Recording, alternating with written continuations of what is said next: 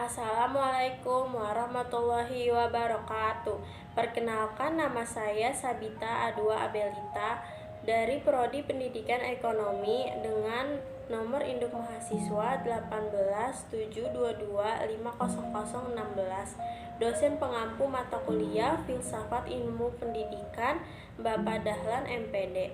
Di sini saya akan mempresentasikan materi filsafat pendidikan sebagai sistem dan substansi filsafat pendidikan. Sistem filsafat pendidikan adalah kata sistem berasal dari bahasa Yunani, yaitu sistema, yang berarti cara, strategi. Sedangkan pendidikan pada hakikatnya merupakan suatu kegiatan yang secara sadar dan disengaja serta penuh tanggung jawab yang dilakukan orang dewasa kepada anak sehingga timbul interaksi dari keduanya agar anak tersebut mencapai kedewasaan. Berfungsi mengembangkan kemampuan dan membentuk watak serta peradaban bangsa yang bermartabat dalam rangka mencerdaskan kehidupan bangsa. Bertujuan untuk mengembangkan potensi peserta didik agar menjadi manusia yang beriman dan bertakwa kepada Tuhan Yang Maha Esa, berakhlak mulia, sehat. Bertujuan untuk mengembangkan potensi peserta didik agar menjadi manusia. Bila konsep dasar tentang kenyataan yang pada hakikatnya, menurut idealisme, adalah sama dengan hal-hal bersifat kerohanian ataupun yang lain yang sejenisnya dengan itu, maka pendidikan itu dalam mengutamakan perkembangan aspek-aspek spiritual dan kerohanian pada peserta didik. Pengertian sistem menurut para ahli. Yang pertama, M.C. Ashhan 1983 mendefinisikan sistem sebagai strategi yang menyeluruh atau rencana dikomposisi oleh satu satuan elemen yang harmonis merepresentasikan kesatuan. Sementara itu, Imegert 1972 mengatakan esensi sistem adalah merupakan suatu keseluruhan yang memiliki bagian-bagian yang tersusun secara sistematis.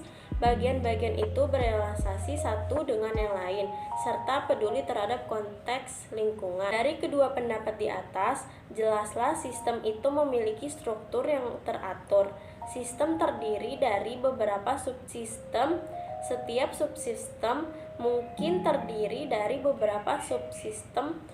Selanjutnya, setiap subsistem begitu seterusnya sampai bagian itu tidak dapat dibagi lagi yang disebut komponen. Dari uraian di atas dapat dikemukakan ciri-ciri sebuah sistem sebagai berikut. Yang pertama, merupakan suatu kesatuan atau holistik. Istilah holistik mengandung makna menyeluruh atau utuh. Pendekatan holistik memandang manusia secara utuh. Yang kedua, memiliki bagian-bagian yang tersusun sistematis dan berhierarki. Artinya bahwa sistem itu memiliki tingkatan-tingkatan mulai dari yang mendasar sampai tingkatan yang tinggi. Yang ketiga, bagian-bagian itu berelasi satu dengan yang lain. Semua yang berada dalam sebuah sistem akan membentuk hubungan timbal balik antar individu dengan lingkungan. Substansi filsafat pendidikan. Di Indonesia sendiri, Pancasila dan Undang-Undang Dasar 1945 dan Undang-Undang Pendidikan merupakan dasar atau landasan utama terhadap pelaksanaan pendidikan.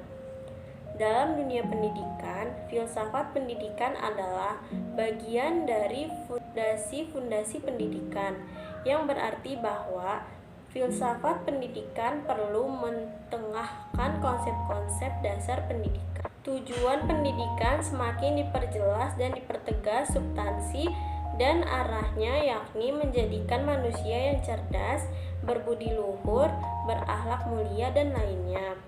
Kedudukan filsafat pendidikan dalam jajaran ilmu pendidikan adalah sebagai bagian dari fondasi-fondasi pendidikan. Pancasila dan Undang-Undang 1945, pendidikan merupakan dasar atau landasan terhadap pelaksanaan pendidikan. Hal ini menjadikan Pancasila atau khususnya filsafat Pancasila mempunyai kedudukan sentral dalam wawasan kependidikan. dan nilai-nilai serta norma-norma Pancasila dan Undang-Undang Dasar 1945. Sekian presentasi dari saya, kurang lebihnya mohon maaf. Wassalamualaikum warahmatullahi wabarakatuh.